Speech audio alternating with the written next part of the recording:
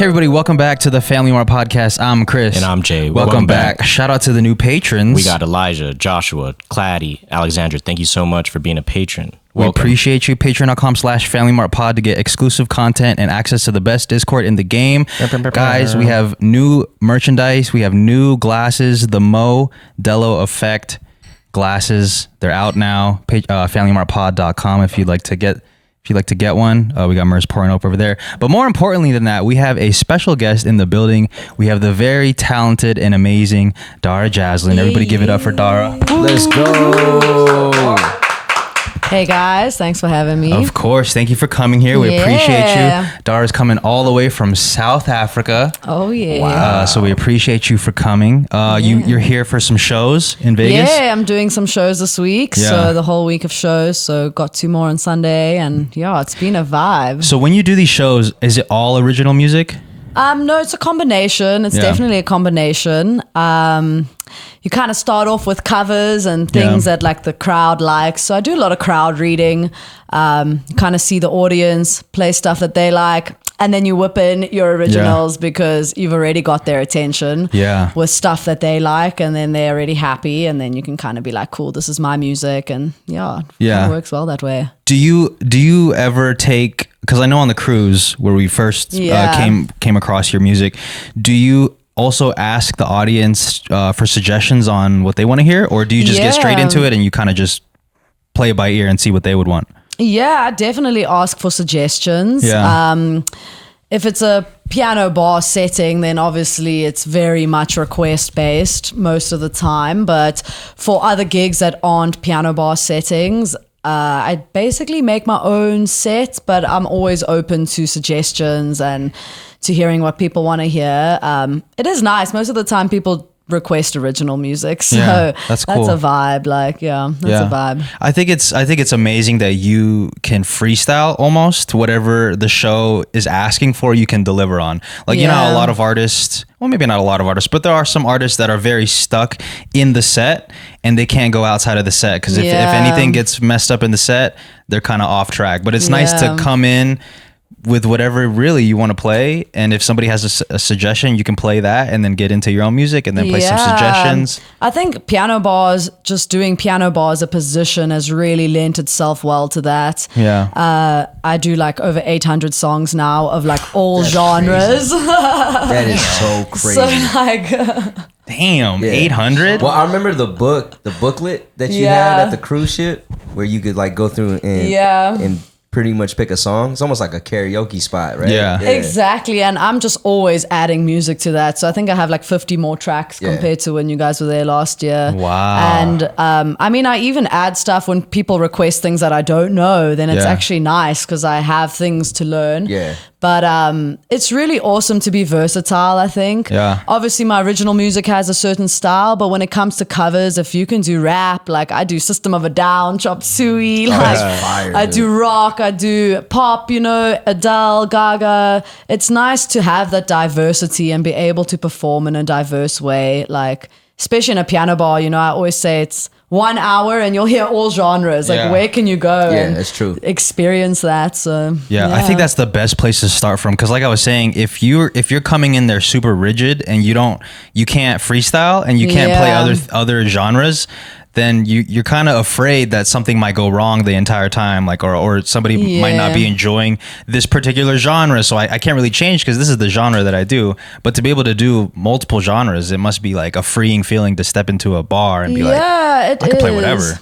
I think a lot of people often ask musicians like, what's your favorite genre? Or like, what do you love? And it's like, man, I love all music. Like I always say, I love all genres. Yeah. You're not going to like some music from some genres, but that's just music in general. So if you look hard enough in every genre, I always say like you will find something that you enjoy. So I think it's also very helpful and lends itself very well towards my own music writing to create my own sort of fusion genre of like my sound, so that I can't really place it in a direct genre, but it's like, oh, that's Dara Jazzlyn, that's the sound. And I think you get inspiration from different genres and put it into your own music. So I think if you're very rigid with, oh, this is my sound and this is how I am, it doesn't allow for evolution and growth. And the thing is, music is about evolution and growing and all creative pursuits. So I think it's important to be able to roll with the changes. And yeah.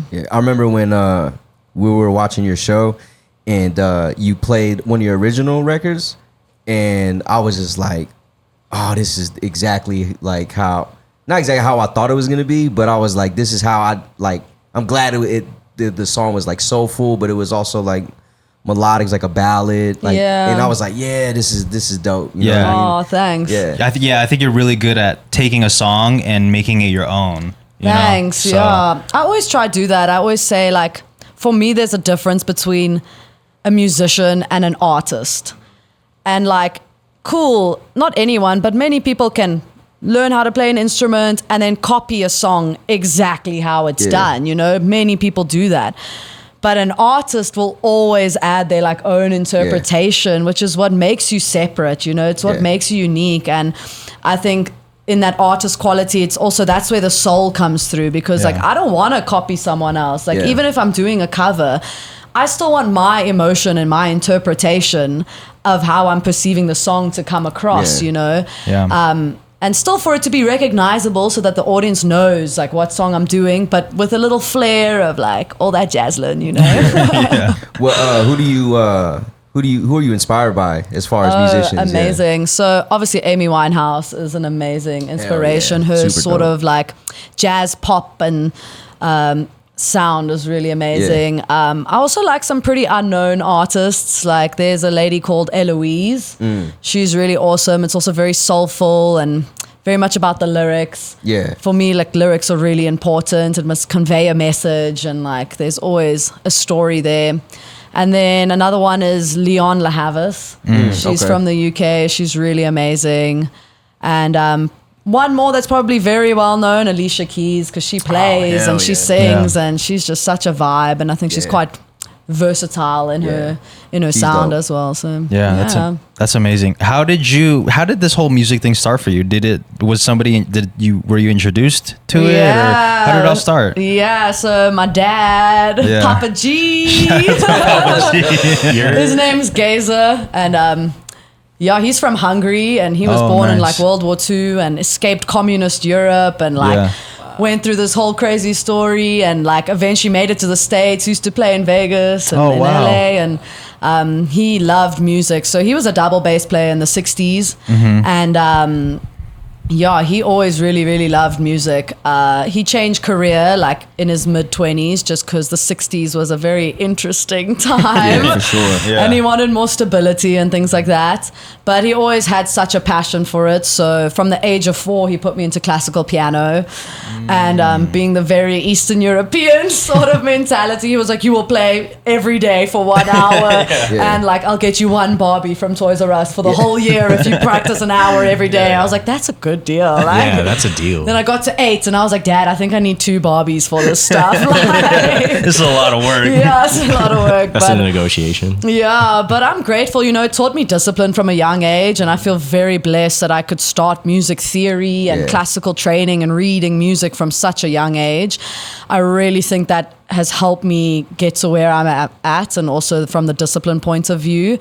So it's pretty amazing. Like, I've always known I wanted to do music and like that I was going to be a musician. And I always say I was like singing since the womb. So was there ever, because your dad was like, you have to play an hour a day, was there ever a point where you sort of rebelled? Rebelled against it? Yeah, for sure. I think I rebelled more against classical music than music in general. So like when I was about 8, I started playing and singing, and that was the tits. That was so cool. Like that was really, really cool, because then I was like able to do covers, or if I heard something I liked, I was like able to go and play it. But where classical music, you really need to like sit and practice like every single day to like learn one piece. And I think I rebelled against classical music a little bit because I was like kind of like had to do it every single day. So towards like maybe the end of high school, I still did classical, and I still do classical, but I didn't have my heart and soul into it because I just had to do it all the time. My passion was definitely more with singing and playing and pop and trying to learn a bit of jazz. And then I kind of took a break from classical for many years. I started ships when I was 18, which was really awesome. Yeah. And working on ships and performing all these different genres and learning a lot of new music. I obviously took a break from classical a little bit, but it's cool because, everything cycles. And the fact that I took the break like 5 years later, I'm like super passionate about classical music again, and like I hear it and like I want to play it sometimes, and I'm definitely grateful. It's like a background and it's a great foundation. So yeah. Wow. So it goes from classical all the way to jazz to really anything. To anything, yeah, definitely. And I'm very grateful that I'm able to be diverse in that way. And classical music will always have like a very special spot in my heart. And it's good that you're not anti-classical now with how much you played growing up. Not at all. It's just so beautiful. Some of that music, it's like soul touching. Like you listen to movies where it's like, classical orchestras and stuff, and it's really incredible. Yeah, it's real cinematic. Yeah, it is very cinematic. It's very Titanic-esque. Yeah. Yes. Oh, shut live. Yeah. Who's some of the artists in Vegas that your dad worked with? So my dad actually used to work with Frank Sinatra. That's fire. Let's go. And like the Carpenters. I don't know if you guys know no the way, Carpenters. Yeah. That's super dope. So back in the day, and quite a lot of like the Puerto Rican bands and like the Latin bands. Like he really got along with them.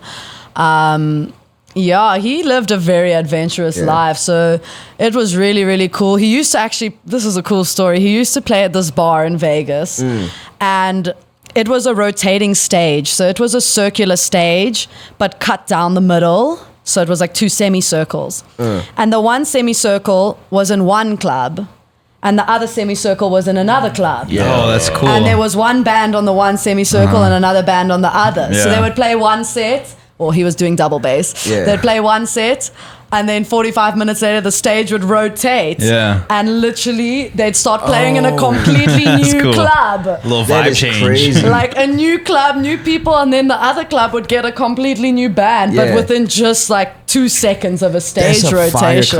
Yeah, is that still around? I don't know. Do you remember the name of it? On the record does something like that. Oh, really? Yeah. Oh, but it's dancers.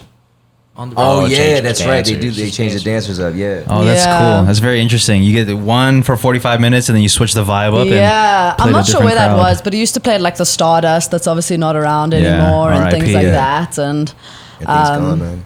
Yeah, it was obviously a different vibe back then. I can't even imagine. The 60s must have been wild to be performing. Must have been so wild. They used to say like the Rat Pack, right? So Frank Sinatra, Dean Martin, and Sammy Davis Jr.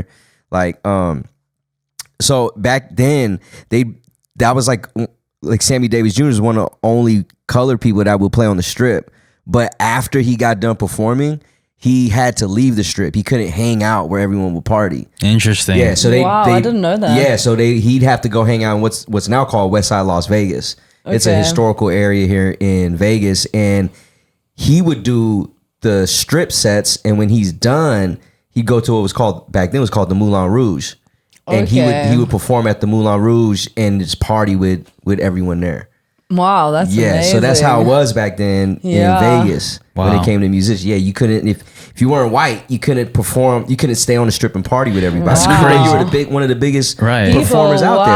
Yeah, that's mind blowing. Yeah, it's crazy. You're so accepted, and then when you're done doing your set, you're not accepted. You're not accepted no more. That's crazy. Yeah, bro. we don't want you around. Like that's the craziest thing. But he was definitely he's a legend out here. You know, like definitely. Frank Sinatra, legend out here. Yeah. So you were saying you started on cruise lines at 18, which is super young. How does that even begin? How do you start with a cruise line? So basically, I did a lot of gigs in South Africa from the age of 15. I was like hustling to make my money and do cool things and go out and party. I just did a lot of gigs in South Africa and built up a CV of places I'd performed. And then, I just got a lot of video footage. That's honestly the biggest thing that can help you with cruise ships is like they want to see you performing live. Yeah. And especially with Piano Bar, they want to see you engaging an audience. So the thing with Piano Bar, it's like really about entertainment. It's about being a show. Like it's not just the music, it's crowd engagement, it's jokes, it's Rubik's Cubes with water bottles on my head. That was crazy. Wild. I still don't understand how that takes place, but Also, if no one has gotten the put together the story yet, this is Dara, who we were watching on the cruise that we went when we recorded that one episode last year. Yeah. This is who we went to go see play at the piano I forgot bar. to tee that up. We should tee it up. Because I mean we're such big fans, Yeah. and we expect everybody to also be such big fans and know the story of how we found out about you. But yeah, we were on the cruise. We I think it was the first night that we were on the cruise that we came across the I forgot the name of the bar, but she was playing Piano out of there. bar. Yeah, the piano bar, and we were immediately drawn to the music. So Yeah, I remember y'all texted me. I don't know where I was at, but y'all texted me. Were like, "Hey, come to the piano bar. Oh, yeah. This is like a dope musician." Yeah. And I didn't. Y'all left by the time I got there. Yeah. but she was still playing, and I was like, I think you're actually playing Alicia Keys. And I snuck in and I texted. I was like, yo, come back to the piano bar. She's fucking killing it right now. Yo, you guys were awesome. You were like my regulars. Yeah, we were there Mad almost for a every bit. night. Literally, Yeah. I remember That in the was corner, like it was like your seat. Like Yeah. I would be here. We and you didn't guys wanna had that be- booth. Right. I remember. yeah, that's amazing. So you built up this resume of performing. So did you reach out to Carnival or a cruise? So for cruises, got a lot of video footage of me performing and like lots of videos in South Africa, trial and error. Like the one video was so dark you couldn't even see it was me, and they're like, nah, you need to do this again. Yeah. And yeah, piano bars aren't really a thing in South Africa. Yeah. So it was like interesting to try get to venues where I could like try get people to sing along. So it was definitely a process. And then yeah, with that, I sent my stuff to an agency, as I said, because it's very hard to get it direct with cruise liners because they're just so big, and Yeah. I'm sure they would just get too many submissions. So yeah, I went through an agency, sent them all my CV stuff, obviously sent them all my like classical music trainings and stuff like that. So I did these things called grades in classical music. So it's like Trinity or Royal Schools of Music, and you do like grade 1 to grade 8 with piano and things like that. And yeah, very lucky in South Africa. We have a lot of competitions for classical music, and like we call them Steadfords. So it's like shows where you go and you perform and then they grade you on it in a way. So I had a lot of that in my resume, which also really, really helped. And then yeah, my agency put it all together.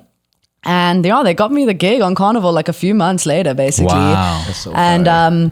it was crazy because all other cruise liners besides Carnival was like, no, we're not hiring anyone under 21. It's a bar, Yeah. you know, like I mean, yeah. we're not hiring anyone under 21. But like Carnival was open to it as long as I didn't drink, and I Yeah. actually don't really drink now. Like the last 2 years, I drink a bit of wine every now and then, but Yeah. like before then, I was just not really a drinker at all. So I was like, cool, that's fine for me.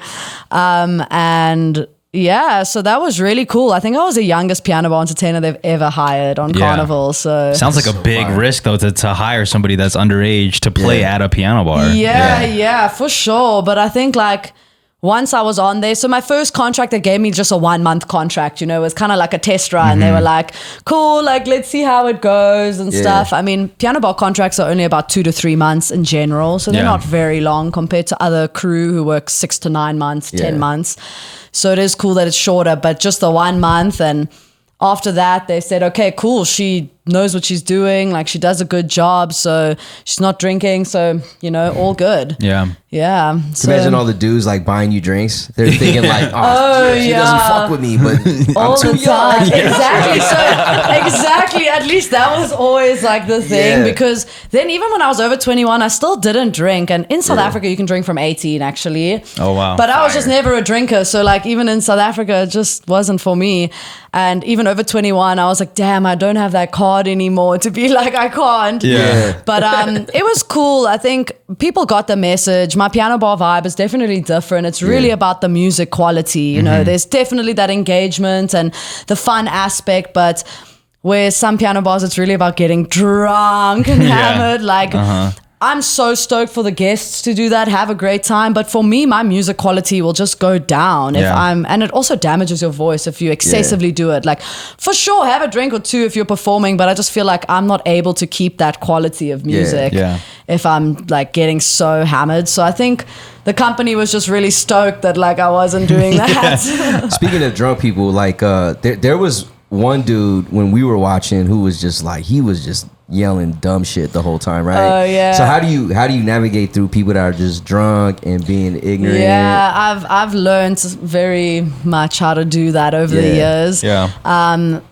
I think actually coming from a party background, I used to go to clubs when I was really young and party a lot. So I think you kind of get used to how to approach people like that and stand up for yourself. But it is different on the ships because they're guests. So you can't just be directly rude. You have to word it in a way. Otherwise it's a guest complaint and then all this stuff. But most of the time I handle it pretty well. I'll ignore them or I'll just be that's inappropriate or just most of the time, other guests will sort them out, actually. Yeah, so, it's okay. The people they were with were dude, yeah, relax. But it's very occasionally gotten to the point where I can call security. Yeah. So if anything gets too wild or drunk people are just getting too much, I can call the security on the ship and be listen. Help me. Yeah, help me.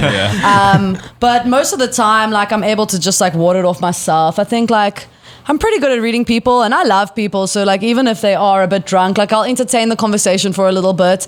And usually that's good enough to get them to chill out. So I'll talk to them a little bit and then I'll be okay, got to talk to someone else now. So most of the time it sorts itself out. But if anyone's very hectic, usually other guests will sort them out and be yo, please be quiet or I was ready to sort this dude out. Yeah, it's crazy. It's crazy that you guys are talking about this because I remember every night that we'd come to visit you, I'd always be afraid that somebody's going to take it too far and that they're going to make it weird for everybody else. People have really made it weird. The weirdest parts are when there's a son and a dad and it's the son is my age, so I'm 24 now, and then they're dad is hitting on me right next to the son, and the son's too embarrassed to even try to speak to me because he's shy, and I'm that's the most embarrassing awkward stuff ever. I'm shame, dude. If anybody should be hitting on me, it's your son, and now you hitting on me, and your son's all oh my gosh, this is so embarrassing. Yeah. But I've learned how to play it off pretty well.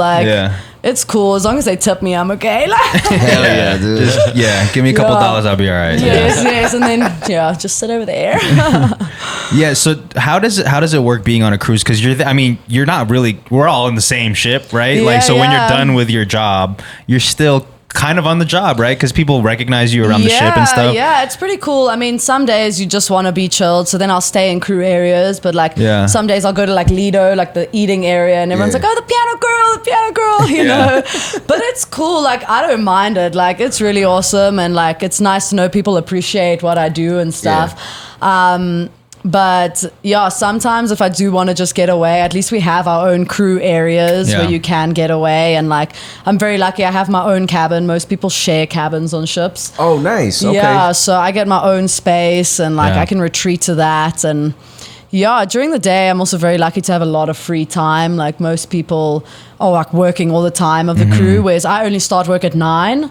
So the whole day I can kind of do what I want and that's actually something we had a question about the rooms. Do they put you in I'm trying to word it in a nice. Do they put you in the small rooms where the regular people are at, or do they give you a nicer room that you can enjoy? So I do have a nicer room than other crew, but it's still small. Right. Well, so I don't have a window or anything. Oh damn! Really? Yeah. Yeah, that'd be nice. I thought they would give you the ocean front. I know. I wish. At least a balcony. Yeah. I know, right? The only time I ever experienced a balcony was in COVID, on the restarting of the ships. Yeah. So when they were just bringing out the ships again, you had to do 2 weeks quarantine on the ship, and then we got balcony rooms to do our quarantine, which was really cool. Usually we don't experience that at all, so it was nice to experience that at least. But my room's definitely bigger than other people's rooms. I do get a bigger bed, and it's not a bunk bed, which makes it seem much bigger.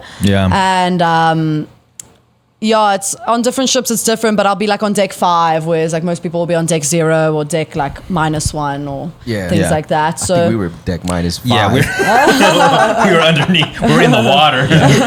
Four of us. But before we continue, because we have a bunch of questions about the cruise. I just want to apologize in advance for talking about the cruise a bunch because we're huge. Oh no, don't worry. Well, let me speak for myself. I'm a huge fan of cruises, and we had such a great time on the cruise, and we had so many questions for you that we wanted to ask you while you were, on your job, but we wanted to keep it respectful, and I'm glad that we got to do this. No worries. But what do you think is like? What's some crazy? Do you have any crazy stories of maybe some hecklers or maybe something that happened post set that's happened to you? Like good or bad? Can there be good or bad? Yeah, I guess good or bad, whatever first comes to mind. Yeah, I mean, there's like a few weirdos that will like try follow me back to the crew areas, and I'm like, dude, you're not gonna be able to get past this point.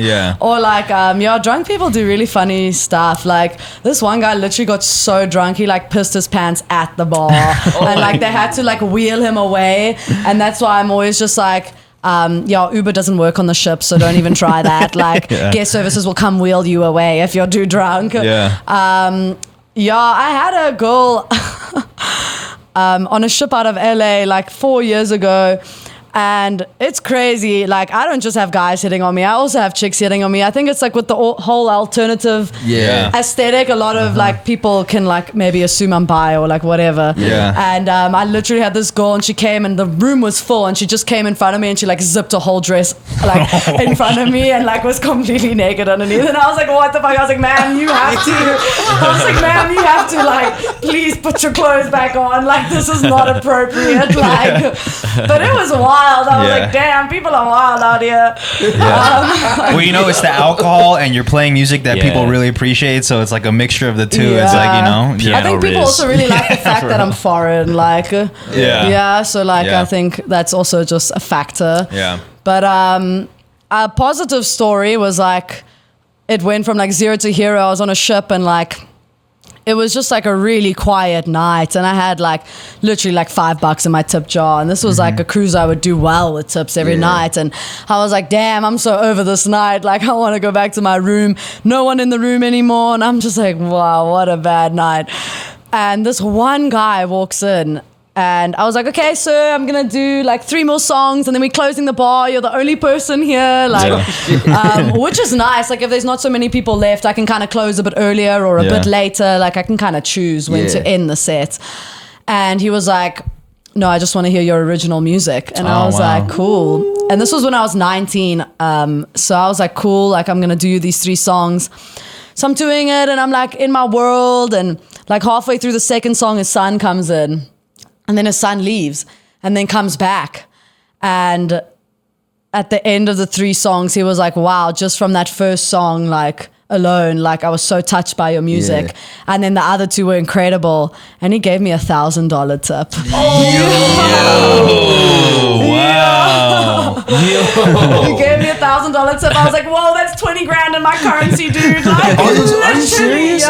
What? That's 20 grand in my currency. I was like, dude, you do not even understand how much money you just gave me in my currency right now. Conversion is crazy. He left the bar real quick to go play the money grabbing game. That's why he left. That's why I gotta win. That would have been me if I won. Yeah, literally. Dude, we gotta go to South Africa. 20,000. What's the 20 currency to out 1. there? So it's changing. It's between 18 and 20 at the moment. But yeah, it's somewhere between that bracket all the time. So I can see why you definitely are fucking with the cruises, because like you can really go home and do well. Good, Like in South Africa, you just can't really make money with music. It's not like a viable job. Like you tell people you're a musician, they're like, oh, what do you actually do? And I'm like, you gotta be doing something else. Yeah, literally, because you can't survive. Like, so it's really amazing to be able to work on the ships and have like a steady job and a steady income, and obviously the exchange rate. So that's why so many people who work on ships are foreign, like because a lot of people have a great exchange rate when they go back home.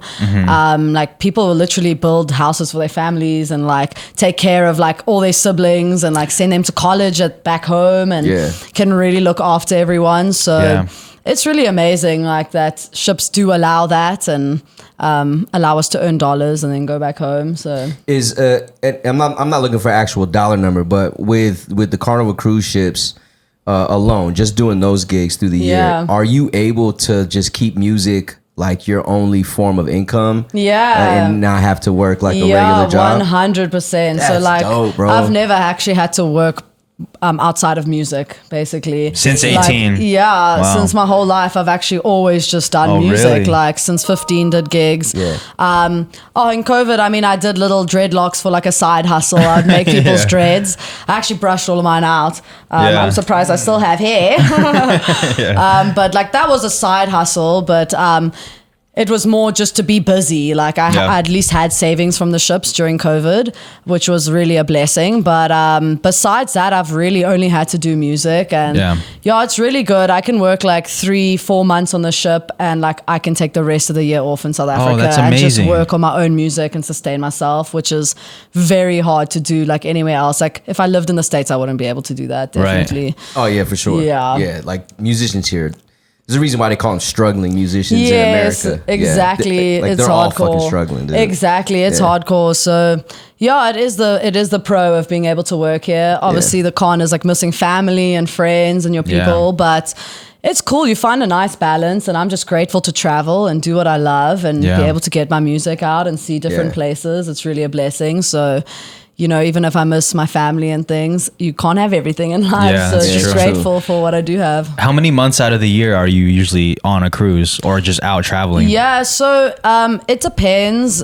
Every year is a bit different. Like some years I'll do like 8 months of the year on a ship. Some years like I'll do 2, Wow.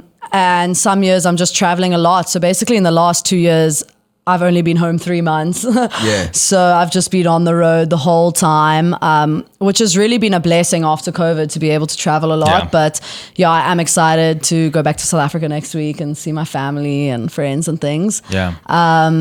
But the cruise ships, I kind of choose when I want to go and when I don't. So like I said, some years I want to do more, and some years I want to do more land gigs, and like I'm doing here in Vegas. So I try to balance it and make it worthwhile. 8 months out of the year is super long. Like, Like, so do you like look at, okay, this month they're going to these places, so I want to visit there. Do you kind of like look at it like that? I definitely look at itineraries. So like the ships will give you a schedule of all the ships that are available that you can apply for, and they all have different itineraries. So some will go to Hawaii, some will go to the Caribbean, some will go to Australia and things like that.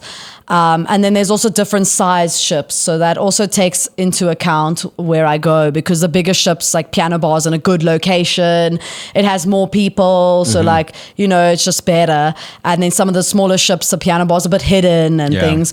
So that takes it into account, but definitely itinerary. Like I think I definitely started ships to be able to travel and like experience new places. So Okay, then so far, do you have like a top 4 like favorite destinations? yeah, definitely Hawaii's up there, number 1. Hawaii, like, baby.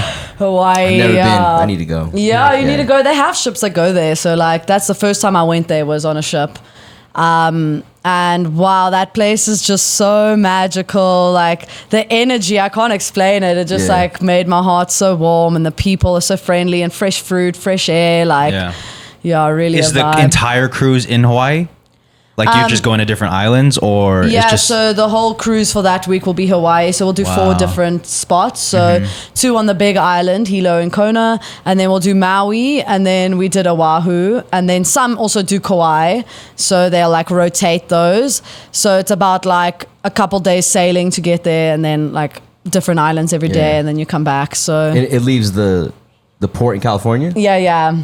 They also have one that leaves San Francisco, I think. mean- You guys should go. I highly recommend it. That sounds Like, amazing. I didn't know they had Hawaiian cruises or Carnival cruises that do Hawaii. Yeah, so Hawaii and what else? I really liked St. Lucia.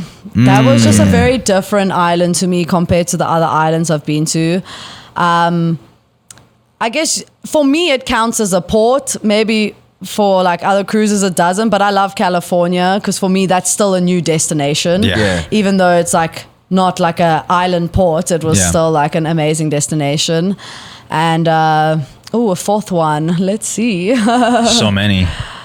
Yeah, I would probably have to say Aruba. It's like really down south and like really amazing waters and that's the thing about this job that I love so much. Like in the day I'm a mermaid and I can swim and just like be a beach girl, and then at night I can like do my job, and then Dara Jazzlyn comes out. So it's just Dara in the day and then like Dara Jazzlyn comes out. Like I'm like jealous of your lifestyle. Like I would love to do that, like to perform and make money off doing something you love, and then at the same time you have your own free time. Definitely, especially doing that at the age of 18. It's crazy. Well, I guess so, because you've been doing it for so long, what is your perspective on doing these cruise, I guess, tours? Like, is it something that you're super into still, or is it something that like on these months I'm like really about it and then I want to take a break? I think I'm more wanting to have a balance with it, whereas like when I was really into it when I was younger.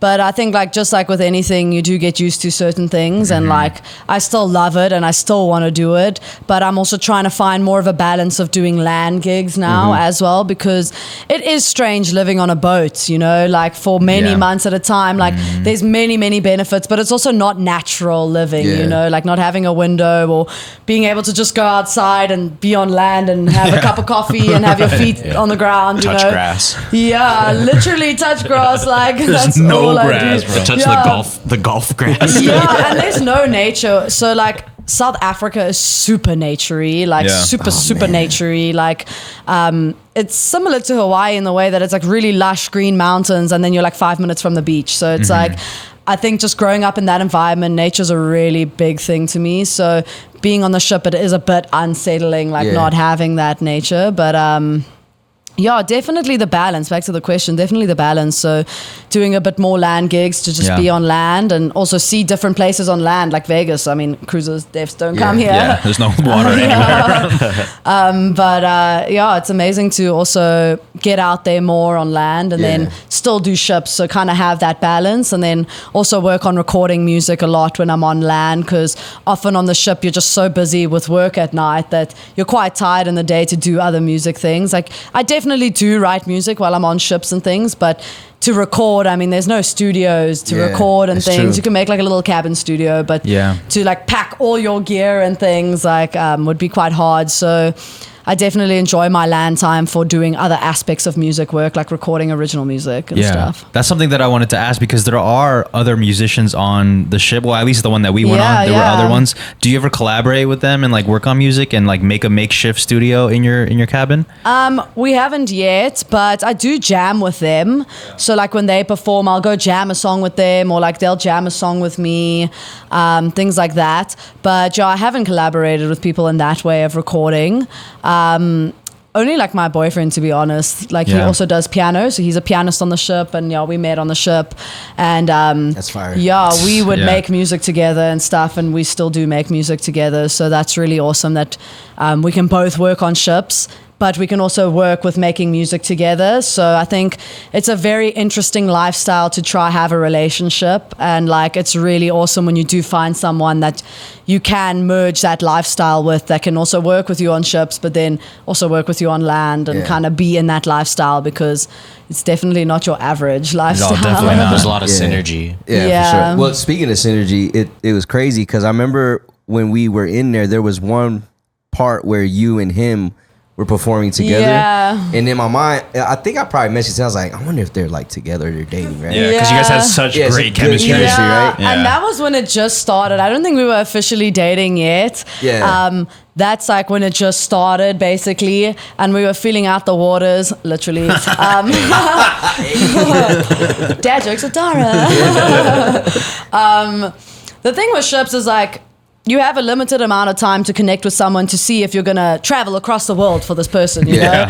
So like, it's like, you really got to know or not. But I mean, we really worked well together, and there's a lot of chemistry there. And it was actually like really sweet. Like before I left the ship, I was kind of telling him, okay, you know, like, it would be nice to make things maybe a bit more official before I leave, just so that there is that sort of security in a way. And I was like, not a big deal, but like just kind of putting the feelers out there. Yeah. And like literally a week later, like the universe is just so cool, man. Like we were performing and like it was like a bunch of regulars sitting in the front row, and like we did our little set together where we do a few songs, and then we like went to the back to talk, and we were talking, and then like we came back. And then it was about like 15 like kids between like 8 and let's say 15, like, like a bunch of kids sitting in the front, and then like a few of the teens and like a few of the regular parents. And then like one of the girls was just like, "Are you guys dating?" And we were like, "Yeah, kind of, I don't know, not officially, like, And then all the little girls were like, "You should ask her out." And then they were all like, "Yes." And then he was like asking them, he was like, "Do you guys think I should ask her out?" And I was like, "Yes." And they were like, yes. And then I was like just blushing so much. It was such a movie moment. And we're like on stage, and he's like, "Do you guys think I should?" And they're like, yes. And then he like asked me to be his girlfriend officially, like on stage and stuff in front of the whole audience, and all these like little kids are just like, "Oh my gosh!" And like I was like, "This is literally stuff out of a movie right now. Like, is this even happening to me?" Like, I remember seeing you guys on Instagram, and I was like, "I knew it! I told you!" I was like, "I knew it, man!" Yeah, that's fire. Yeah, so it's cool. Well, of course you don't remember the cruise that we were on specifically, but.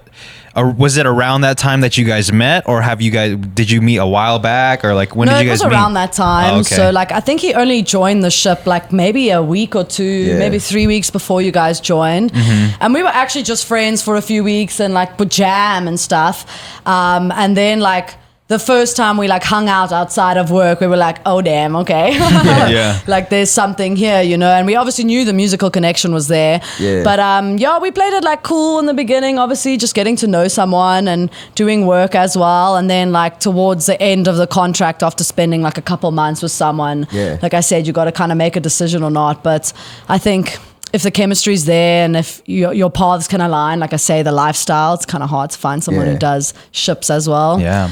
But he understands cool. the lifestyle like to the T. Yeah. Exactly. That's why like even with me traveling now and doing music, like he gets it because he also has to do that. And we're trying to align the timelines of traveling to be more together. So like he'll come to South Africa in a month or two and we'll be there for a bit and do studio work and record. And then we want to go to a ship together next year. So to align those things will be amazing. It's like the ultimate long distance because like you guys not only live in different countries, but you're always like on the road. Well, not on the road, but on the ship. In the ocean. In the ocean. How do you guys make it work? Traveling, I mean, being able to do contracts on ships together definitely helps. Yeah. And then, just traveling to each other's countries. Like, so, I'll spend a bit of time in Argentina. He'll spend a bit of time in South Africa. And then we'll like be on a ship in between or travel around. And at least there's like 2 home bases. So it is a lot of flying, but we definitely make it work. Yeah. And at least with the ships, like if you plan it that you go home after a ship, the ships organize your flights. So you can book your own flight home and they'll reimburse you. So like at the end, like when he came to South Africa last year, he did just like a 2-week fly on. So fly ons are really cool. So like he just did 2 weeks on a ship and then organized his own flight to South Africa and then they reimburse him. So that's like a cool hack for keeping at least like the budget of being able to make it possible. Yeah. But a bunch of traveling. How is it difficult to try and get a cruise lined up together? Like how difficult, like what's the process for that? Yeah, like it's not mega easy, but it is possible. Yeah. It is possible. I think it's just because not all ships have both our positions. So it's trying to find the ships that do have both our positions and at the same timeline. But it's not impossible. I think because we both do really well at what we do, like the company really does appreciate us, and we also add that extra bit of that set in between, you know, 100%. which other people don't do. So that's possible. And like other companies have also offered us things, but it just wasn't the right time and the right place. So there definitely are options. It's just about also choosing ones that work for us. So, because if I was the one running the ship, not literally, but like if I was the one, my bad. If I was the one like if I was the musical director, right, for the cruise line, it would make 100% sense to put you guys together on a cruise because you guys have so much chemistry. You could work together. Like the set would be so extended. Exactly. So, yeah, it definitely does work to our benefit. So yeah, as I said, we'll probably get on a ship next year, like February sometime together. Yeah. So Well, let's get on the I ship. mean, yeah, that'd be amazing. I'll let you guys know. Hell yeah. I'll let you guys know. Yeah. So awesome. another thing about seeing, because I'm sure you make a lot of friends on ships, like with the crew and stuff. Yeah. Like, do you? Is it difficult to like make friends with people like the crew and then to never see them again? You kind of get used to it. Like, I think it's a lifestyle. It's a lifestyle, you know, like if you're willing to travel away from your home and your family and friends at home to go work like on a ship where you don't know anyone, like you kind of get used to that lifestyle, you know? Yeah. But it's amazing. Obviously with social media, you can keep in touch with like all the people you meet and all the friends you make. And the amazing part of it is like when you're in their country, like you have a place to stay and you have people to see. So like I had like a 24-hour layover in Sao Paulo in Brazil. And like I had like a friend there that I could go see for the day and like hang out with her and, you know, see her homeland. So that's really cool. Yeah. I also find it's nice because they're friendships that are real but without expectation, you know, like sometimes you have those friends who are like, oh, why aren't you making time to see me and stuff like that. It's like, dude, I'm working, I'm living, you know, life is happening. Like, It's usually land people that. Yes, exactly. The landlubbers. And yeah, it's nice to kind of have those friends where the friendships like so real, but obviously like, you know, everyone's doing their life and things like that. So but yeah, it is hard sometimes, but it's nice to know that you have friends across the world to see if you need to go That must be so hard, because I mean, for me, like we were only on the ship for like 7 days, but I felt such a connection to like the people that we knew, like our waiter that we'd see every night, all the staff, like you know, I felt like we made a little family, and then to just like see you later and never see them again, it's like to do that I don't know how often you guys like recycle like crews and stuff. So like every few months, but like you often do see some people from previous ships on your next ship, you know. It's often that I've seen like people I knew from previous ships and you can reconnect, which is really awesome. But I definitely think it's a certain type of personality that chooses to work on ships in the first place. So most of the time, like it is nice. It's really unique because it's like, honestly, probably like the only place in the world where like you have like the world in one small area living together, you know. It's like 1,600 of us, literally from like 80, 90 different countries, like from those countries, and like we all just live together pretty harmoniously, and you like, it's pretty amazing actually with all the different cultures and things. And obviously things happen and drama happens, but not that much actually. Like you would think more would happen. So it's really interesting. I think that's why you meet really friendly people on ships and really personable people, like really like well-traveled and cultured people. So I think it's the type of person that just appreciates the connection for what it is. And even if you miss them, they're just excited to connect in the moment and be present, and then you know, we'll connect with new people when they come. So makes me want to go on a cruise right now. Honestly, go right now. I'm trying to go. Well, speaking of cruises, I know we've been talking a lot about cruises, but we wanted to ask you something specific that's super important to all of us, and it's something that we argue about daily. It's probably the biggest question. It's the biggest question. I'm so excited to hear this. Oh my gosh. What are your thoughts on cruise food? On the food on the cruise. Do you like it? Okay, judging by that. There's good and there's bad. Like it's a bit of both. Like I think it honestly depends on your personality. Like I mean, like I like cooking. Like my mom's a chef, so like I enjoy cooking and stuff. So I definitely miss that aspect of like being able to make different types of food.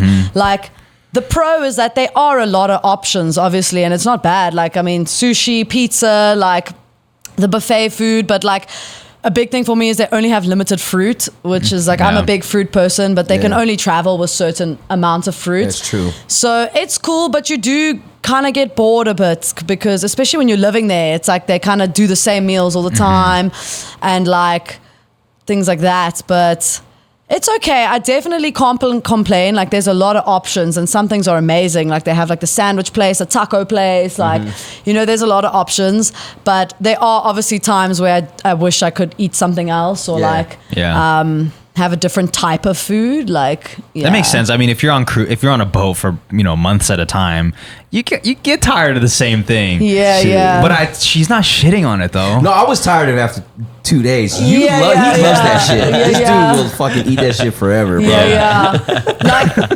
I'm not pro, I'm not con. I can't say I'm like for either team. Sorry, guys. Like, nah, it's cool. It's cool. But I think like there's definitely the cons, but there are options. So like it is kind of hard for sure. The pizza guy, the pizza is in the burgers. Amazing. Yeah. Oh yeah. But I do think some of the dishes need like some salt, something, some seasoning, more seasoning. I was gonna mention that. It's cool you did, because like, so unfortunately a lot of the food is like it's gotta last you 1 week on a boat, without that much preservatives and stuff. So like they put a lot, like the food they get has a lot of preservatives in it already, so that's why it's not as flavorful, whereas like I'm quite used to eating quite organic in South Africa. It's like a very farming country with like a lot of like organic food that like really has flavor, so like obviously the vegetables and the stuff they have, it doesn't really taste like much, because like they have to get a certain type of food like on the ship. That makes sense. That makes way more sense than our dumb theory we came up with. And it was because a lot of older people tend to go on cruises, so we thought it was like to help keep the sodium low. Oh, that's so funny. Hypertension. I like that theory though. You guys are creative. Like, I'll definitely give you that. Like, you are creative in the way you thought about that. But there are a lot of older people, definitely, but Carnival's actually got like a lot of ages. Like, I think we're the cruise line with the most diversity of ages. But I definitely flavor a lot of my own food. Some people of the crew bring their own like flavor spices. We might do that next time. Like Cajun. This dude was like, man, what are you talking about? This is great. I think what it was for me, it was because it was the novelty of it, right? We're not going to be on this cruise for very long. We're on here for 7 days. But if I lived on a ship and I knew that this was going to be my day to day for a long time, I would miss home and like fruit and like things that are nutritious for you. Definitely. I mean, like, wow, you'll see people there eating like eating like so many guys burgers, like 5 guys burgers. They'll put like so many guys burgers on their plate because they're like, it's all you can eat, we're gonna get our money's worth for this cruise. Like, I remember we stopped at the first city in Mexico, and we went and got tacos. I think I ordered like 10 tacos just because I was like, we're not gonna get all the sodium I can get right now. Yes, literally. So on those what do they call them, port days? Do you also exit the ship and like get to explore? I do. So I'm very lucky, like I said, because I only work at night. Like, if we're on land, I'm outside. Like, I'm not on the ship anymore. If we're docked, got my feet in the water and just like, I'm outside. I'm always like the last crew member back on the ship, because I'm like, are you even experiencing life if you're not the last crew member back on the boat? That's so funny that you say that, because we like to talk about the people that miss cruises and like the videos of them running. I've been late like once before in Puerto Vallarta, actually, like a couple years ago, and it was when they still did overnights. So like we used to do like an overnight in Puerto Vallarta. Fun. That's cool. And maybe they've brought it back now, but with COVID they didn't for a while. But I just joined the ship, and it was like, I met 3 homies, and we were like, the 4 of us were like so close. It was like the crew, and they'd been on the ship way longer than I had. So I assumed they knew what time back on board was. And usually in that port, it's like 7 or 8 or 9 even, because where we have to sail to next is not very far. So we just assumed for the overnight it was going to be that time anyways. And it was actually like 3 o'clock. I remember we like Ubered to like this park, and like it wasn't really a park. I mean, on the photos it looked way better, but like anyway, so we're like chilling at this park, and it's like 5 to 3, and we're like, cool, we still got time, like we'll head back 2 hours before back on board. It's so chilled. None of us have cell service because we're in Mexico. Like, only the one chick who was like a dancer in the shows, she had cell service. And like, we just chilling, and we're like, cool, like we just ate some food.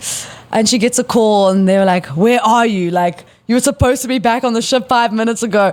And we're like, oh my gosh. Like, it was also like another movie moment. We like take an Uber back, and then it's like, you have to cross these like traffic lights to get there. So it's like, you can see the ship, and like, all the guests are on the top on like Lido, like 5,000 guests, and they're all waiting, and like they make the like crew alert, Dara needs to come back to the ship, like, you know, and this person needs to, like, this crew needs to come back to the ship. So like everybody knows us because we're performers as well, you know, so all the guests are like, you know, oh my gosh. And on that port, you have to like walk the whole length of the ship just to get back on like the gangway. So you can see you. And oh my gosh, time stood still. So like I'm wearing like the longest hippie dress you can find, and like got my backpack, and like my other friends have also got their backpacks, and like we just get in and we start running, and at the end of like by the ship where you get in, it's like the captain and like all the people like sitting there like, damn, we in trouble, you know, and they're like, why are you guys late? And we're just like running, and then all of a sudden the whole ship, like literally 5,000 people start and they're like, we love you, piano girl, run, piano girl, like, what a show. And like it was such a surreal moment, you know, like so much adrenaline because we led, and then these people are like cheering you on and like screaming your name, and then we get to the front and we're like, oh my gosh, we're in trouble. We get through, and then they hold up my one friend Kevin like at the gate, and while we were running, his crew ID dropped like on the floor. Okay, but he didn't see, right? And you needed to get in. And they're like holding him up there, and we're like, yo, and we're like through security, like looking, and we're like, what's happening, Kevin? Like, why isn't he not coming through? And then like the other crew were like, no, you need to go, you can't wait here for him. And we're like, no, Kevin, like, poor Kevin.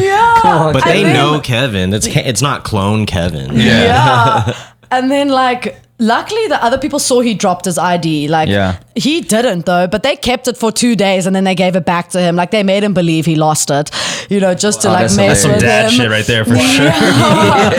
Just to mess with him. But then he got through and it was all fine. But apparently like 2 weeks before, like other crew were late, and they were like booing them. They were like, you guys suck, and like the whole ship was like booing these people who were late. So I was like, wow, we were so lucky they didn't boo us, and they were like cheering us on. I was like, wow, this could have gone so much worse. Like I would have told the captain, like, we're cool. We'll stay here till they're here. We need the music. We need exactly. That's what I was gonna say. Bored as fuck tonight if they're not on the plane. That's what I was gonna say. Like, if I was a performer on the ship, I would have a little bit of ego. Like, oh, they gotta wait for us. Like, we're not gonna have a show. They're not gonna have a show. I'm not on there. They'll never leave crew actually, because it's like illegal. Like, because we like work on international waters, so they hold our passports and stuff. So like, if they left us, we'd be like illegal, like immigrants basically, or escapees. So like they legally actually have to wait until like the crew come back. So guests they can leave, because guests, you guys have your passports. They're like whatever, if you're late, like they'll leave guests. Like they have. But with crew, like it is quite a strict rule that like you got to be back on time. But I'm literally always that person still like running, even if I'm not late. I'm still like that last person back on board. Because every time we dock, I'm like wanting to explore the place. I think that's also why I do it. And I also feel very grateful that I have the time to, because so many crew just work so long, or are so tired if they do have time to go off that they don't have time really to go outside. So I think I just try to utilize the fact that like I have time to be able to actually go outside. I was curious about the other crew that aren't performers, like maybe the waiters or the people that work on the food and stuff. Do they have like how much time are these people work? Like how many hours do they work? They literally don't get a day off. Like, so I get a day off a week at least, you know, especially for vocal health. But like these guys don't get even 1 day off for like 9 months straight. It's insane, you know, like they'll get like extended periods. So maybe like once a week or twice a week they'll get like not the long shift, they'll just have to work a few hours and things. But most of them are just like working like all the time, 12-hour shifts like every day. That's crazy. That's crazy. And you don't ever get to leave your job, right? Because you're just on the ship still all the time. All the time. But I guess that's why like the money's good for a lot of them, and they're willing to sacrifice that time. But it is hard work. It is hard work, definitely.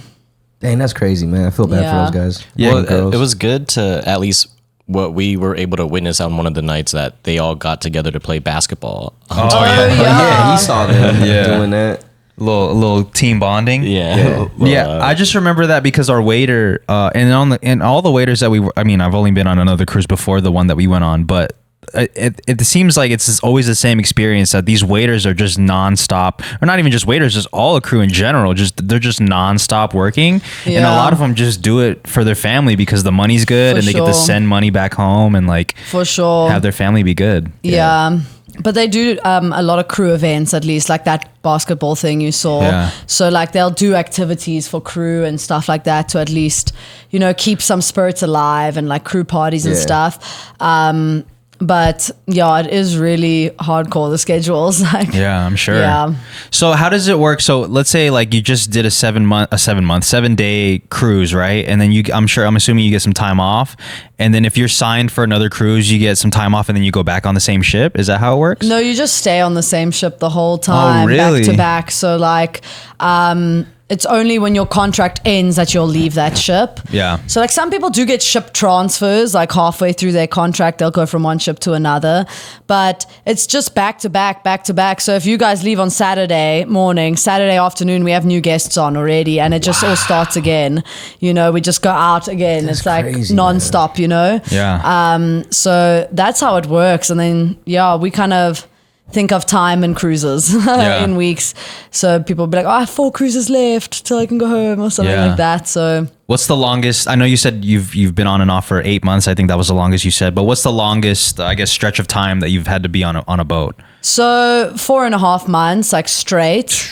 But it was cool. Like it was actually the ship I met you guys on, and it was when I met Marcelo, my partner. So I actually kept asking for extensions because I wanted to spend more time with him, because we were like seeing if this is like really like gonna manifest into something bigger. And when we first started, I was gonna sign off in 2 weeks, and I was like, no, I just like met this amazing guy and stuff. So I was supposed to only have a 3-month contract, but I extended for another month and a half. I actually got 3 extensions. I just kept trying to extend and extend and extend, but it worked to my favor, and also for the company because they need people. So it worked out both ways. But 4.5 months, and then usually it's like 2 months. 3 months, like those have been the standard amount of time, like 2 months, 3 months. So it's not too bad. Like you get to hang with the same crew, I guess, for the next 3 months. Usually, yes, it's nice. And like some crew, like you really like develop such a close connection with. Like some are just like super busy, or like, you know, it's a hit and a miss. There's always different types of people, but some crew you really get very, very close with, and then it's nice. It's like a family, you know, like people got your back, and we can do like the crew parties, or like you have friends to go out with in port. Like some people, like when they do get their time off, obviously they will go out and things like that. So what an amazing thing to have a partner on the cruise, right, with you, and like getting to travel on off days. Like that must be cool. Yeah, that sounds like fun. Yeah, definitely. That's another crazy way to like get to know somebody, right? Like if you meet somebody on a cruise, and then like you're not really going anywhere. You guys are in the same area. Birds, that's definitely, cool. Definitely. It's really cool. Yeah. So what's next for you? Because I know you said you're going to South Africa on Sunday. Yeah. You're gonna chill for a little bit. Like what are your plans? So I mean, performing here the rest of the week, and then going to South Africa, just having some downtime with family and things like that.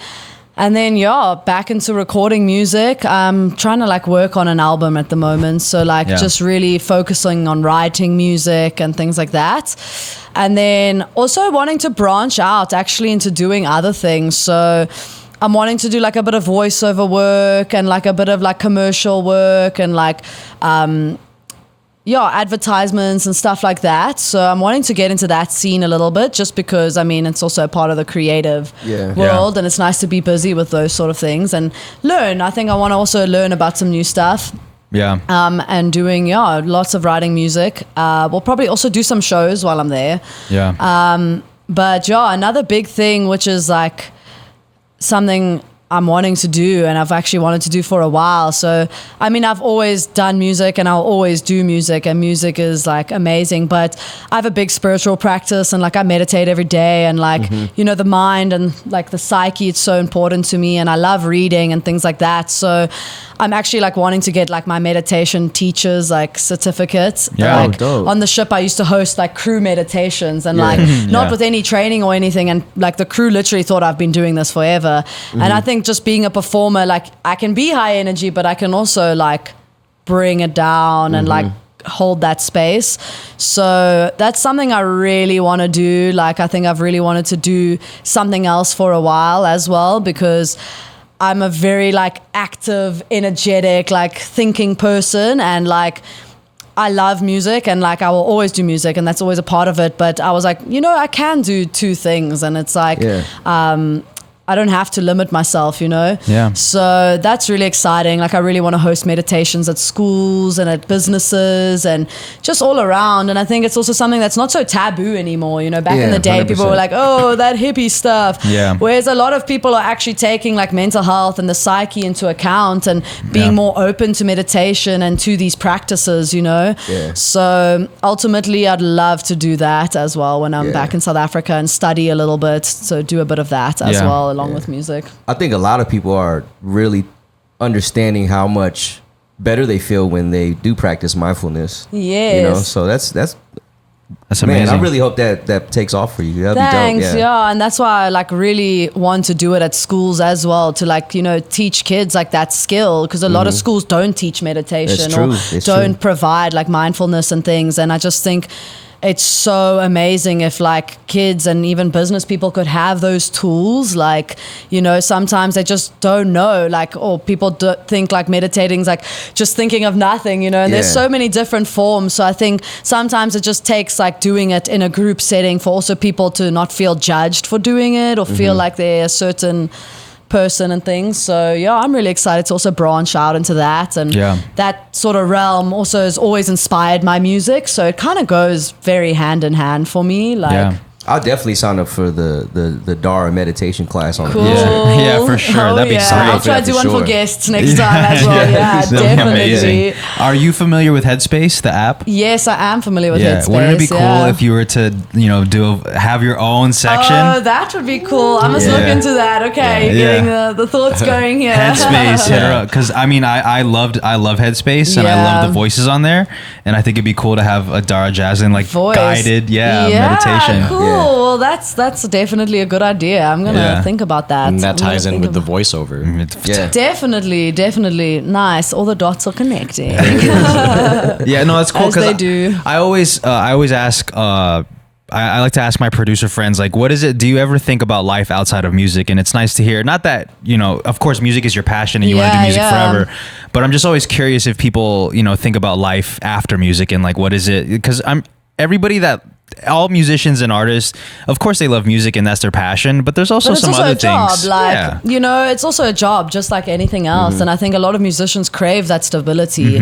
Like, I think that's the one thing musicians and creative people, like, we want that stability and like that grounding, because it can feel very ungrounding sometimes. Like, when you're doing well, it's great and stuff, but then it's not always like that. So then it becomes a bit unstable. And I think that's where like this whole thing of me wanting to do meditation came in, is like I've done it in my personal practice, and with traveling so much, it's really helped me. But I think that's why I'm also taking 6 months off now to like study and just get a bit of grounding in a different aspect, So at the end of the day, I love music and it's amazing and it is my passion, but just like anything, it is a job, So being a multifaceted, multi-creative person, I was like, I can branch off and do other things. It's like I don't have to just do like this one thing. So I think it's nice. Do you play other instruments? So I play a bit of guitar and I play a bit of ukulele. Oh, nice. So those are cool. I think like going from piano, you can kind of branch out into most other instruments, especially if you know theory and things like that. But I've definitely mostly focused on piano. My dad was always like, well, if you learn too many instruments, you'll just become a music teacher. And I was like, oh, damn. I was like, damn, Dad. That's some wisdom. Facts. No, Papa G, man. He's a real OG, honestly. Like, I'm definitely where I'm at with music because of him. Like, he's my Simon Cowell. Like, my whole life. No, literally my whole life. Like, I'll play like this super hard classical piece perfectly. He's be like, yeah, you need to practice more. And I was just like, damn. I'm surprised you don't play the double bass. Oh, yeah, right. Yeah, you didn't. I mean, I could learn it if I wanted to. Yeah. Yeah. But it was actually cool. My parents got to come see me on a cruise a few years nice. ago. Oh, that's cool. Because like they never knew what I did on ships. Like they've seen me perform in South Africa and stuff, but I actually got to get them on a ship, and like it was definitely one of those moments that I could tell my dad was like super proud of me, and he was like, that's good. he was like really tough when I was a kid, but like now he's just so proud of me, and like, he'll still give me that constructive criticism because that's just who he is, and I'm actually so grateful for it, because if he doesn't give it to me, then like who will, Yeah. So, but he's definitely chilled out now that I'm older. He's like way more supportive, so yeah. That's cool. Yeah. I feel like all like musician dads are like that. Like they're like the Joe Jackson. Like every time they're just like hard on their kids. Yeah. Especially if they're musicians themselves. Like, That's what I'm saying. Yeah. I could definitely see that. Like, Dad, come on, I've been playing this for you for the last hour. You don't think any of these takes were good? Yes, literally. But it's good because it really makes you like mentally resilient, because it is a tough industry. Yeah, it is. You Sure got to is. keep going, and you're going to be knocked down many times. So I think they also do that, and he also did that to build that mental resilience and that drive and that direction and dedication and passion to like keep going, even if it's not happening the way you want it to, because like, it is a tough industry to be in. So like, I think it lends itself well in that way, even if you don't understand it as a kid. Obviously as a kid I was like, oh my gosh, like, you're so horrible, like, but then as you get older, I think with just life in general, you always look back and you're like, oh, thanks parents, like you actually knew what you were talking about. Like, No, it's nice to hear you have that perspective instead of rebelling against the system, I guess you want to call it that. Yeah, for sure. Yeah. So we have some questions from our Instagram. Cool. Shout out to everybody from our Instagram asking questions. We have one from a fellow patron. His name is Nate. He said, what's been the most interesting gig that you've ever played? Oh, cool question. Yeah. So like, I've met amazing people on the cruise ships, and my friend that I'm actually here in Vegas with, her best friend got married in Kauai last year. Oh, wow. Beautiful. And her and the bride literally organized for me to perform at the wedding, and like they paid for everything, like all my flights, my accommodation, like all my excursions for the 2 weeks while I was in Kauai, just to play at this wedding. And I was like, well, if you guys organize that, you don't need to pay me, like just get me there and like sort me out, and that's like payment for the gig, and that was definitely by far the coolest gig. Like before I went, I was like, are they gonna harvest my organs? Like, why are they flying me all the way here? I was like, who does this? Like, It's a setup. literally. But it was incredible. I was like, I can die now. Like I was like, Mom, I've made it. Someone's flying me from South Africa to Kauai to play at their wedding. I was That's like, a long flight. I was like, I can die now. It's cool. Like, That's so that was amazing. definitely the coolest gig. That's cool. Another question is, what is the first song you've ever learned? Oh, interesting. I think it was like Christmas music, like Jingle Bells or something. Like I have a very distinct memory of like me being 5 years old playing Jingle Bells. Like, I can't say if that was like the first, and then obviously Furley's, Of course, classic. Like, standard. But I can't remember obviously the very, very first one, but those are the ones I have memory of. Like, Piggybacking off of that, you said you've added about 50 songs since the last time we've seen you. Are you just like listening to songs and you kind of figure out how to play it and then you play it in your own way? Is that how you figure out new songs to play? Yeah. Or it will just be like a song I just hear on the radio, or like I'm in a mall or something, and it will be a song I already know but haven't learned. And then I'll be like, oh, like people would love this, or people know this, It's often music that like the guests will like, and then within my personal music stuff that I'm listening to that's new that I like, then I'll like learn that as well, even if no one knows it.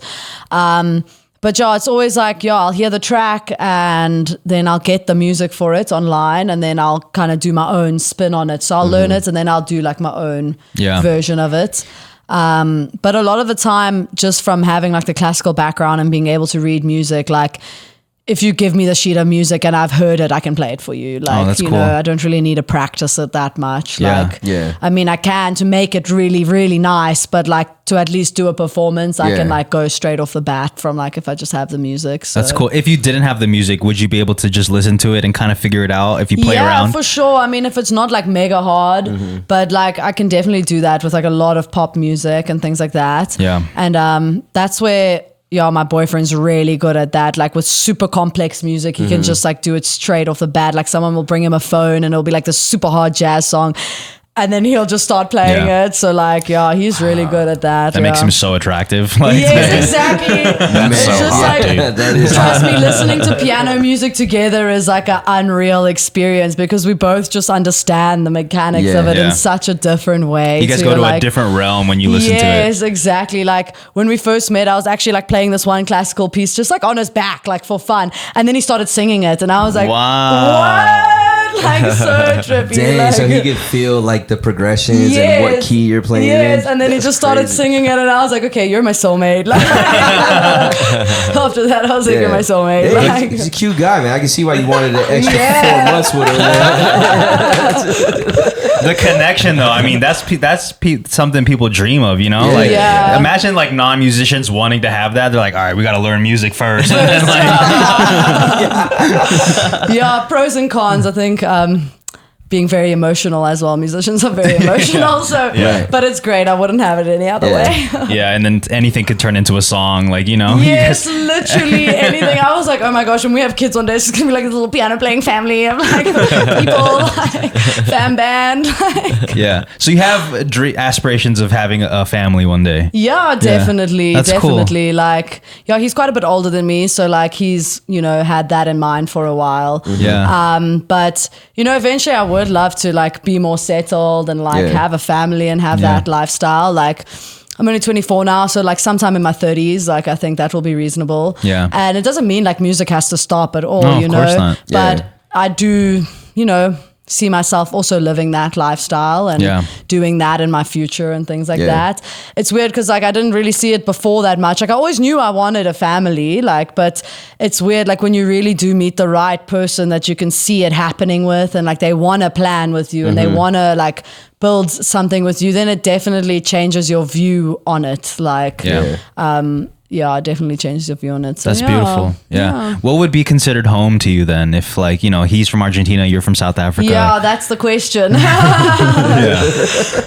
So now we're bouncing between both, but we've honestly left it up to like, we'll decide when that time comes because life is literally always changing so much. And like, whether it would be South Africa or be Argentina, like, he'd be happy to live in South Africa and like, I'd also be happy to live in Argentina, but I think also as a female, I would definitely want to be more with my family going through that process of like having kids.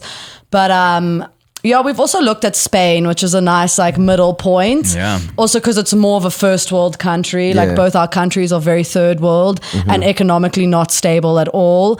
So like that's why we also haven't really decided officially now because like anything can happen in our countries. Like we literally have no idea, So we've kind of just kept that open and we'll see like where life takes us. I think music's just such a adventure, so you kind of have to wait and see. But Spain would be nice. I mean, I'm learning a lot of Spanish now because no one speaks English in Argentina, obviously. Yeah. So, and like the climate's great in Spain and there's a good music scene there and it's kind of like central. So like we could still get to South Africa to visit or go to Argentina to visit or come to the States and things. So that's amazing. I actually think that's really good advice for couples that are in long distance relationships. Like I told you when we were driving here, like I'm in one myself, but like we used to think the same thing with me and my girl, like, who's going to move where, but now it's kind of like, we're just like, when the time comes to really get to that point, then it's like, all right, we could talk about it. Cause I feel like when you start looking at it too heavy or start thinking about too much and you're both not ready to make that decision, I feel like it would make it tough to have a relationship like that. Exactly. And it adds this unnecessary pressure and anxiety. And like, the thing is, we're always evolving as people, you know, like you don't know who you're going to be in a few weeks from now or in a few months. And then also being in the music industry, we both don't know where our career is going to be also in a few years from now, you know, like who knows, like maybe I end up living in the States or like maybe like we end up living somewhere else. So yeah, I think it is good advice. You just got to be present, and like when the time comes, like I don't say don't think about it at all, you know? Yeah, you got to at least think about it. Yes, that it's a reality, but also I don't think obsess about it and be like, oh my gosh, like let it make you like stress too much because we're always evolving. The world is always changing. I mean, like you literally never know what's going to happen, like with COVID and with because it can stress things, you out. like, if you guys are thinking like, okay, by next year we got to make sure we're living together, like that could stress you out. You know what I mean? Yes, exactly. I think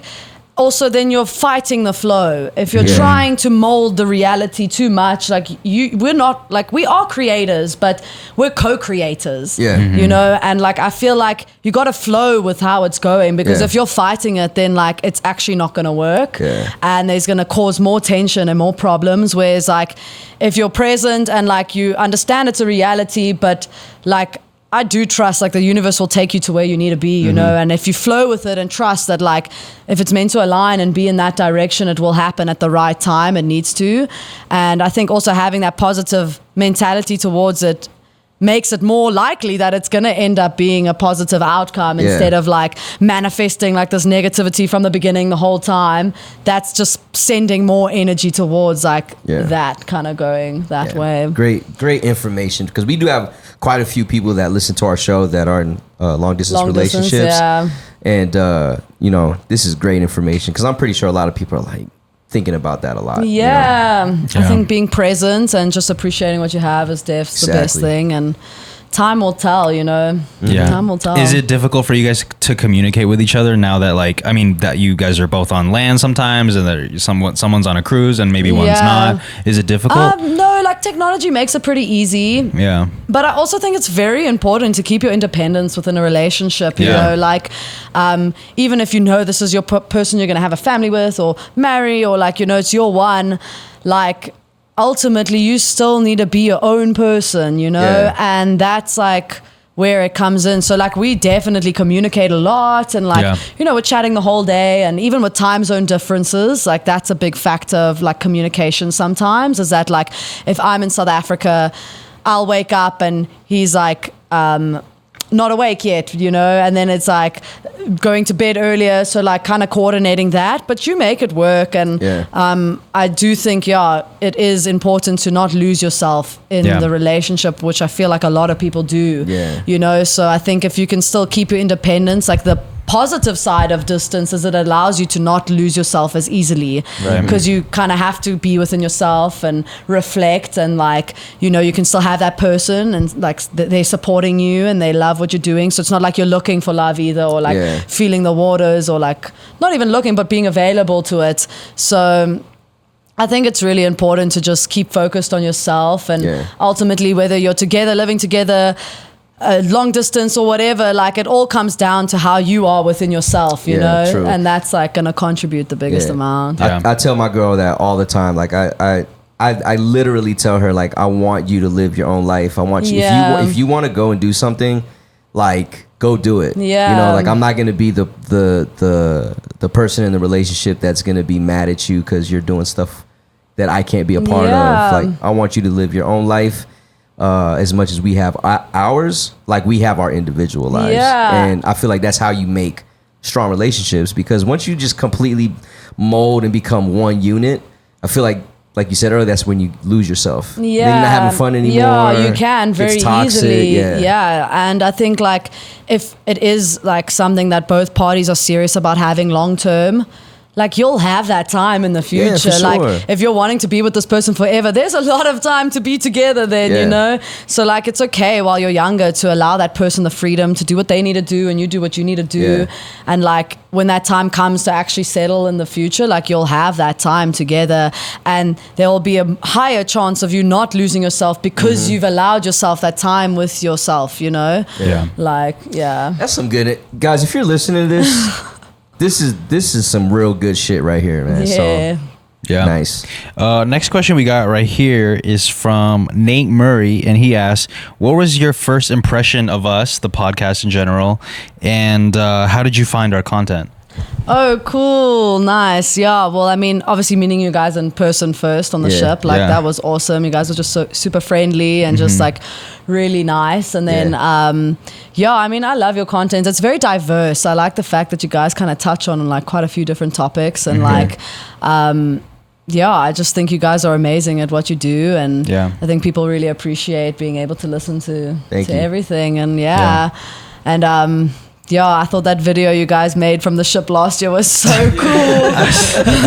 She called us creative earlier, but I was thinking like that's a nice way to call 3 idiots. Like. No,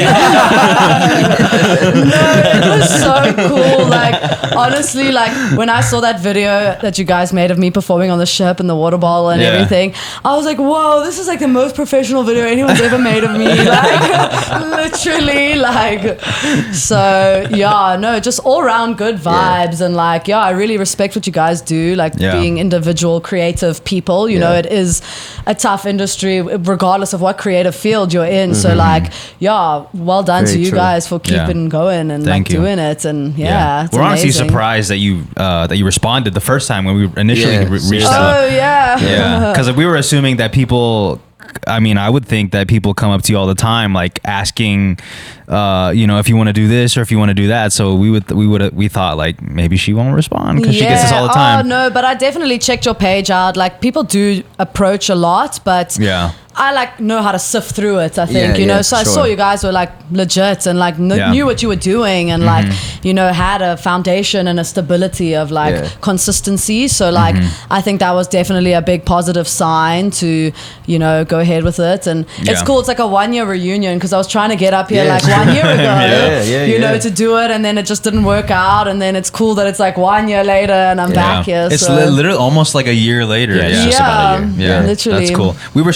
I'll speak for myself. I was so excited when we first came across you and we were such big fans. Yeah. I was considering like maybe we could do a podcast in the cabin. And then I realized like, oh my, wait, hold on. I'm not allowed to come to the cabin. Oh, really? Yeah, our crew will get fired if we go to guest cabin. That's good to know. I didn't know that. Yeah. I didn't even know that. Yeah. Well, it was kind of crazy because it's really small. And then we're like, man, she's not going to come to a cabin with 4 guys. That's weird to like ask somebody to come to come do a podcast in the room with us. When really could have been like, could we record in the piano bar? Oh, yeah, that's true. We could have tried to do something like that for sure. Yeah. Well, the divine timing, it definitely worked out in the time it needed to. And it was so awesome. It's always nice for me to have regulars like in the piano bar and then see you guys later, and like actually connect with people who like appreciate what I do and stuff. So it's really nice to be here. Thanks for having me, guys. Yeah, it's crazy the music, how much music can connect people. Because this was initially started by just the music. Seriously, nothing else. That's amazing. Yeah, from somebody all the way from South Africa. Yeah, like I said, I got the text like, come to the piano bar. Like this girl's playing, like she's dope. So I just, obviously you guys were gone by the time I got there, but I had to hit you guys back. Yeah. They're like, yo, come back. Yeah, that's cool. Well, thank you so much for coming on. I guess one last question. This is really more for my guy over there. How is it being on a cruise when Wi-Fi is not the greatest on Earth? Yeah, it's a thing, hey, and they make crew pay for Wi-Fi as well. Really? No way. Oh, that is messed up. That $100. I know. So we have to pay for Wi-Fi just to let our family know we're alive. That's crazy. That's why if you ever see crew members outside of the ship and we're all at a restaurant, but we're like all on our phones, it's like not because we're rude, it's just because we haven't had Wi-Fi for like a while. Wow. It's interesting, like you learn to like pre-download all your stuff on Netflix and stuff that. It just depends on your personality. Like obviously working within social media and stuff, it is tough. So like I try like do my posts, and then when I have a little bit of Wi-Fi, I like post it, or like when I go out on the ports, like try do it in that way. But besides that, like I guess it just depends on the personality. Like I do pretty okay without it. Like I'm kind of like old school in that way, whereas like I can read and like do other things and connect with people. And like, of course it is like frustrating sometimes. Like I'm not going to lie, like definitely is frustrating sometimes. But you know, if it is there, I can buy it if I really want to and like connect to it and things. But otherwise it's kind of nice to live a bit like off grid in a way. It is kind of like living off grid in a way, like you know, people can't connect to you and like you can kind of do your own thing and have that independence and do that. So, and you're pre-downloading Spotify music, that's like such a big thing. And podcasts, I download a lot of podcasts to listen to. So that's awesome, man. That's amazing. Not to put too much pressure, but when do you think we can expect the album? Probably I'd say around next year sometime. Nice. Yeah. Like I really feel with 6 months at home now, I'll be able to like really get into writing and within that, then come together with some stuff that I feel will be like good. Cause I'm really like trying to find my sound now within a band and within an album. It's just so different to singles. So yeah, I definitely think next year sometime would be realistic. Yeah, that's pretty soon. I mean, we're already halfway through the year, so you'll have time to lock in and make some music. It's gonna be I think it's gonna be nice for you to just like be at home and like be comfortable and be on land, and get to really work on your craft. That's gonna be cool. Yes, exactly. Because like I definitely write when I'm traveling, but it's more that this is the inspiration for the songs, and then when I go home, I can like integrate everything and like actually write from what I learned on my adventures and stuff. So I definitely think it'll be great to just be home for 6 months and like really channel into like that creative. Yeah, that's exciting, man. Creative energy. Yeah. So. I can't wait to hear the album or just, you know, more music in general. Yeah, for sure. Yeah. Well, I hope our paths cross again and we could see you live and just performing all original music. That'd be amazing. Oh, amazing. Not that the covers aren't great. Of course the covers are amazing, but to hear you play your original music, it's amazing. Yeah. I think that's the goal, is definitely moving towards that. Just kind of moving towards a platform where I can just do original music. So it must be more fulfilling a little bit, right? Yeah, definitely. It just feels more authentic and like the interpretation's great. And I mean, I love covers and things like that, but it will be nice to shift towards more of original music. So yeah, that's cool. Anything else, guys? Any burning questions while she's here in Las Vegas before she gets shipped out? I think we pretty much covered. My biggest thing was the long distance stuff. I really wanted to touch on that a lot because, like I said, besides me, we got a lot of listeners. Yeah, and I think it's important that they get to see, because that's crazy. Like South Africa and Argentina, that is wild. 2 different countries. Like both are traveling musicians. Yeah. It's a lot to coordinate. Yeah. 100%. Getting any new tattoos soon? So I like want to finish up this part over here. It's not finished. It was like halfway done. Yeah. So this section will like get filled in, and then I'm wanting to fill this out a bit more. Like, I'm not sure what's going to happen. Like, I really want like a little alien face on here for some reason. You should do it. Yeah, but besides that, besides the alien face, it's always a work in progress, I think, for sure. Is it more sporadic for you? Like, if you're thinking about a tattoo, you just go out and get it? No, in the beginning, it was definitely like way more planned, and like really think about these things. And then like now, like I definitely still think about it, but I don't think about it for as long. Whereas in the beginning, it was like I think about it for months and months and months and months, like years even before I get it. Whereas now that like I'm so covered, I mean, like it's just like as long as I like it for a few months and like I feel like it's something that has meaning and something that will resonate to me, like then I feel like it's cool. Yeah, Vegas is a good spot to get an alien tattoo. Yeah, we got Area 51 here. So. Oh yeah, that's true. Okay, you guys are right. maybe I always try to get a small tat like every place I go to. So that would be cool. You're right. Yeah. Maybe that's why I was like alien. She's in the vibe of aliens. All right, last question, and then we'll be out of here. I feel like I'd miss an opportunity by not asking you this, but with the recent explosion of the submarine that was like going down to see the Titanic. Oh, crazy! Yeah, what are your thoughts on that? Yeah, that's wild, man. That's wild. Like, I mean, I don't have too much details. Like, I know about what happened, and like I know that whole thing. But like, man, I just like my heart goes out to those people. You know, like I think it's just like, yeah, that's just wild, you know, like they're going to see this thing and then all of a sudden it's just like not. Does it make you a little bit apprehensive of going back on a cruise, or is that there's a two completely separate things to you? Yeah, two completely separate things. And like, I think there's a very big difference between like smaller boats and even like submarines that are much smaller capacity than like cruise ships. Yeah. And also like with cruise ships, just because there's so many people going on it, there's a lot of regulations the ships have to go through, and tests and safety checks, and like even all the crew, we have to do like safety trainings and stuff like that, like every time you join a ship. Yeah. Whereas with smaller boats and submarines like that, like I know there are safety checks and stuff, but it's not as thorough as like the bigger ones, you know? So it is really unfortunate. Like, my heart goes out to those people, because you obviously don't ever want something like that to happen. But yeah, it's pretty wild. Yeah. So you never really have like you never really think about the Titanic while you're on the cruise? No, not really. Like, I mean, it's kind of like with flying, you know, like, there's been plane crashes and stuff, but it's like, doesn't mean I'm not going to go on a plane. And like, it's so minimal. Like, the amount of cruise like crashings that have happened, it's like maybe one in like the modern history for like big cruise ships, and then like the Titanic, you know, and like maybe a few in between that period. I'm not so educated on that section of time, but it's not really something I worry about. I mean, like, literally there are so many cruise ships sailing all the time, and like nothing happens, and like there's many regulations, and I think because they train us on safety and like on what's happening on the ship, it also gives you a like peace of mind, you know, knowing that like it's so controlled and like they're really checking these things. And a lot of the people who work on ships are like working in the engine, repairing it all the time, like making sure it's okay. So like, especially with the capacity of so many people, like it's very unlikely something would happen. So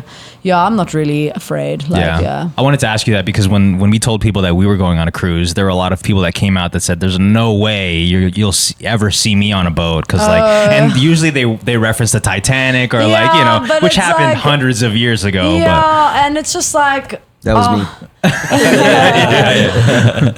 I just think it's like, the role of, I don't know, media and like, you know, of the Titanic and movies, but like bad stuff happens all the time. That's it's like true. How many car accidents happen, but people still get in cars, and it happens a million more times than like one Titanic ship that like sunk, you know, like there's way more. Exactly. Like there's way more regulations that go into sailing and stuff. I think it's maybe not so much with the Titanic, but more people's fear of the ocean, like the deep ocean, and just being away from land. I think subconsciously, even if people don't realize that, they're actually more afraid of that than like, and just not having land access than actually being on the boat. It's more the concept of just being in the middle of the ocean. It is pretty scary.